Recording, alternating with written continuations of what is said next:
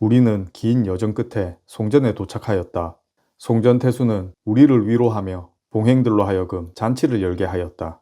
우리는 이 잔치에서 극진한 대접을 받았다. 그러던 중 송전 봉행이 한 명이 와서 우리에게 글을 한 장 전해주었다. 그 글에는 많은 질문들이 적혀 있었는데 그 내용을 말하자면 이러했다. 이번 행차에서 당신들은 무엇을 하려고 배를 타셨으며 어디에 닿으려다 바닷속에서 표류하게 되었습니까? 그리고 며칠간 표류하다가 우리의 경내에 도착하게 되었습니까? 해상에서 일본의 상선을 만난 적이 있습니까? 조선에서 발선한 것은 어느 달, 어느 날이었습니까? 또 해상에서 표류했던 일수는 얼마나 되었습니까? 하이족들이 당신들에게 불법적인 짓을 한 것이 있습니까?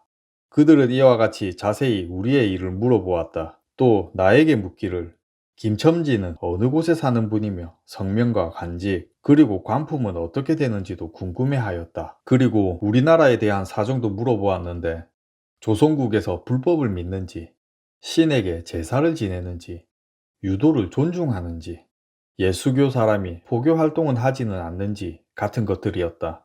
끝에는 여정에 필요한 것들이 있으면 요청하라고도 하였다. 나는 우리가 이곳에 도착하게 된 경위부터 답하였다.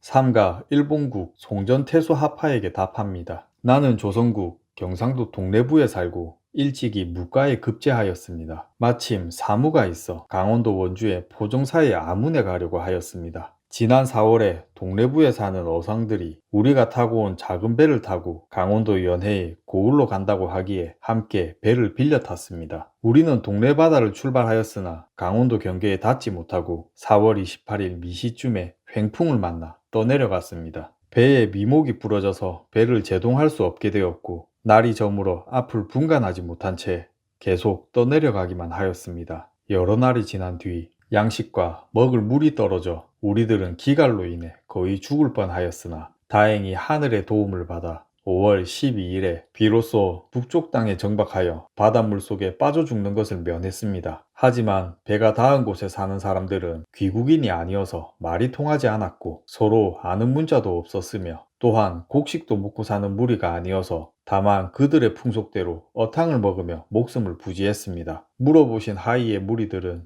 우리에게 불법적인 일을 저지르지는 않았으니 염려하지 않으셔도 됩니다. 그런 생활을 이어가던 중 마침 귀부의 사람인 신국 심낭병이를 체금하는 집에서 만나 식사 제공과 구호를 받아 오늘 이곳에 올 수 있었습니다. 감히 귀지를 침범하여 진실로 그 죄가 중하지만 바라건대 특별히 교린함에 있어 성신으로서 하는 의리를 유념하시고 우리 인명을 불쌍히 여기시어 돌아갈 길을 지시해 주시고 본국으로 잘 호송하도록 선처하여 주신다며 실로 선업을 쌓음으로써 훗날 복이 있으시리라 생각합니다. 이어 나는 그들이 내게 물어보았던 남은 질문들에 답하였다. 물어보신 김첨지는 성이 김이며 이름이 백선입니다. 첨지는 늙은 사람을 존칭해서 부르는 것입니다.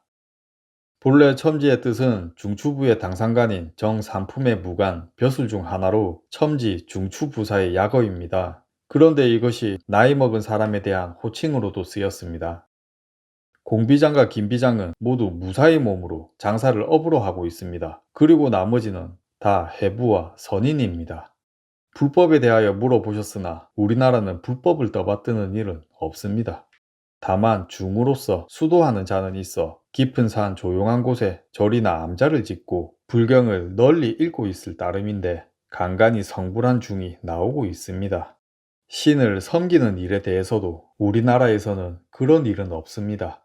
다만 돌아가신 조부모, 부모, 저의 생일이나 별세한 기일에는 해마다 목욕 재개를 하고 주육을 많이 차려놓고서 향을 피우며 제사를 지냅니다. 우리나라 사람들은 모두 유도를 받들어 공자, 맹자 같은 대성의 위패를 모시기 위하여 향교를 크게 지어 놓습니다. 그리고 예수교에 대한 물음에는 아는 바가 없습니다. 여정에 필요한 것들을 물어보셨으나 우리의 여정에서 술과 밥을 대접해 주시는 것에 조금도 부족함이 없었습니다. 특히 심낭병이라는 분은 책임점으로부터 여러 날 동안 우리를 대접하느라고 양식과 잔을 많이 허비했습니다. 살려준 은혜를 입어서 여기에 이르게 되었는데 은혜를 갚을 길이 없어 실로 한이 됩니다. 다만 날이 추워지는데 들고 있던 옷들이 표류 중에 모두 젖어버려 하이족들의 털옷과 바꾸어 입었습니다. 그런 이유로 지금 달리 입을 옷이 없으며 이리로 올 때에 남루한 옷은 묻어버렸으니 이것이 매우 민망스럽습니다. 이것 외에는 더 말씀드릴 것이 없습니다. 봉행외인 중 한 사람이 이것을 가지고 태수에게 전화로 나아가니 여러 외인들이 우리를 보호하며 숙소로 이동하였다. 판자로 만들어진 담에 붙은 외문에 하외 세 사람으로 하여 우리를 지키게 하였고, 내문에는 파수를 보는 두외 두 사람을 지키게 해서 3일마다 교대하였다. 우리는 책임점을 떠나 지난 25일에 송정부에 들어왔었다. 문득 들은 생각인데 우리가 떠나온 그 거리가 멀게 느껴졌다. 책임점에서 이곳까지 중간에 4, 5일을 체류하기는 하였으나 백길로 무려 20여일의 거리를 온 것이니 과연 들은 대로 2000여리가 되는 것이 맞았다. 다음날 아침이 되자 태수가 보낸 1등 봉행외인이 우리를 찾아왔다. 그리고 한 장의 글을 전해주었다. 그 글에는 이렇게 쓰여 있었다.